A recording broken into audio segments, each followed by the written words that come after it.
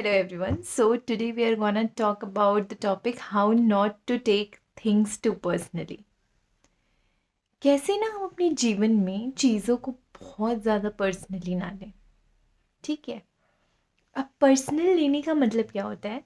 Personal लेने का मतलब होता है कि कोई इंस्टेंस हुई हमारे इर्द गिर्द और हमें लगता है कि वो ना हमारी वजह से हुआ होगा या हमारे कारण हुआ होगा. अब इसको कैसे ठीक कर सकते हैं? जैसे मैं 2-3 एग्ज़ाम्पल्स आपको दूँगी, फिर हम ठीक करने के तरीके पे भी आएँगे. तो पहला एग्ज़ाम्पल है, सपोज़ करो आपने अपने दोस्त को कॉल किया और उसने वो कॉल उस वक़्त पिकअप नहीं किया. ठीक है?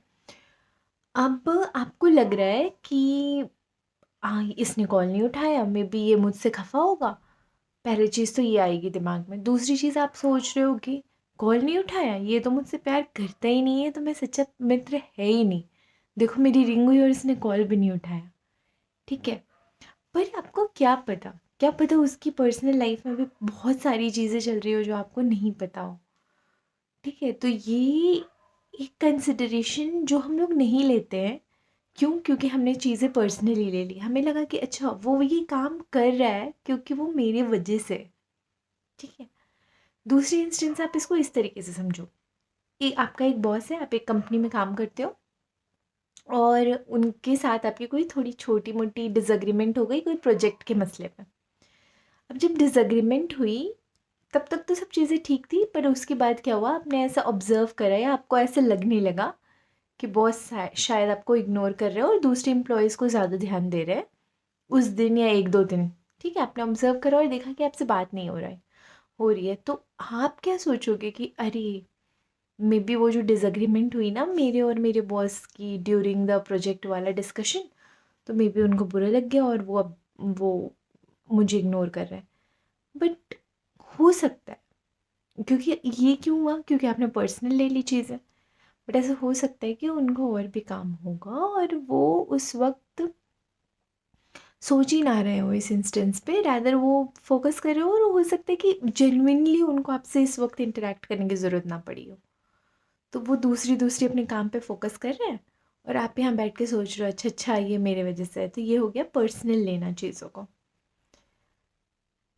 मान लो तीसरी इंस्टेंस में आपका कोई प्रेमी या प्रेमिका है, वो अचानक से आपको छोड़ के चला गया.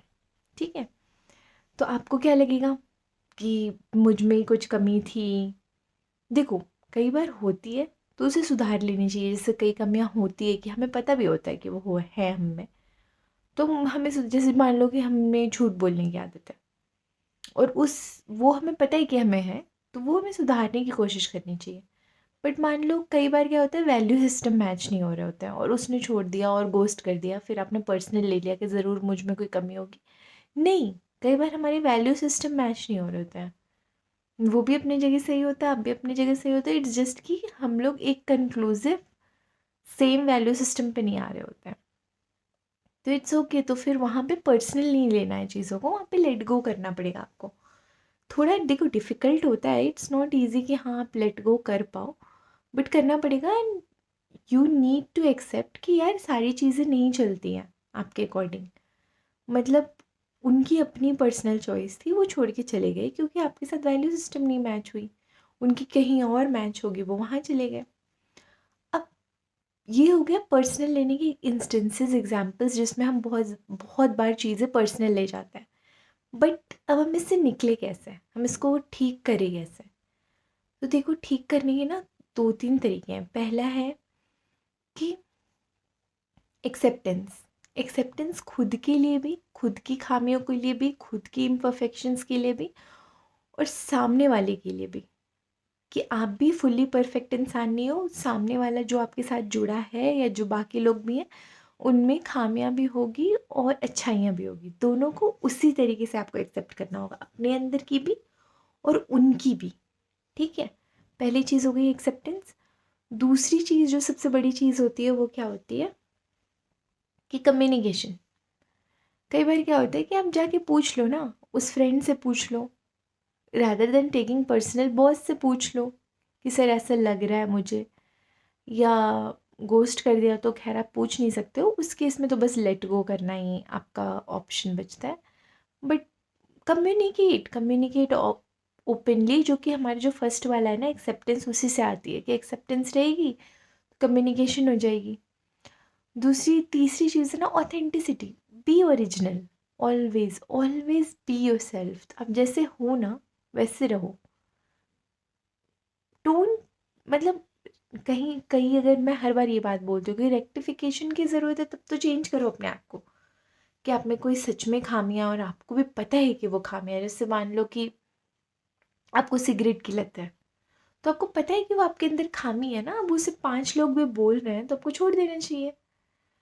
बट अगर आपके अंदर मान लो कि कोई ऐसी चीज़ है जो बुरी नहीं है बट वो आपके अंदर है, ठीक है, जैसे मान लो कि लोग बोलेंगे कि आप बहुत सेंसिटिव हो, बहुत इमोशनल हो, आप हो, एक्सेप्ट इट, एक्सेप्ट इट। आप ऑथेंटिक रहो कि है, हूँ मैं इमोशनल हूँ, मैं इम्परफेक्ट हूँ, मैं चीज़ें सेंसिटिव तरीके से सोचती हूँ। जस्ट बी योर सेल्फ ना। उससे होगा क्या कि आपके साथ जो जुड़ना चाहेंगे जेन्युइन कनेक्शंस, वो जुड़ेंगे, बाकी जो नहीं जुड़ना चाहेंगे वो नहीं जुड़ेंगे आपके साथ। तो ऑलवेज बी योर सेल्फ, सबसे बेस्ट तरीका यही होता है कि जस्ट बी योर सेल्फ।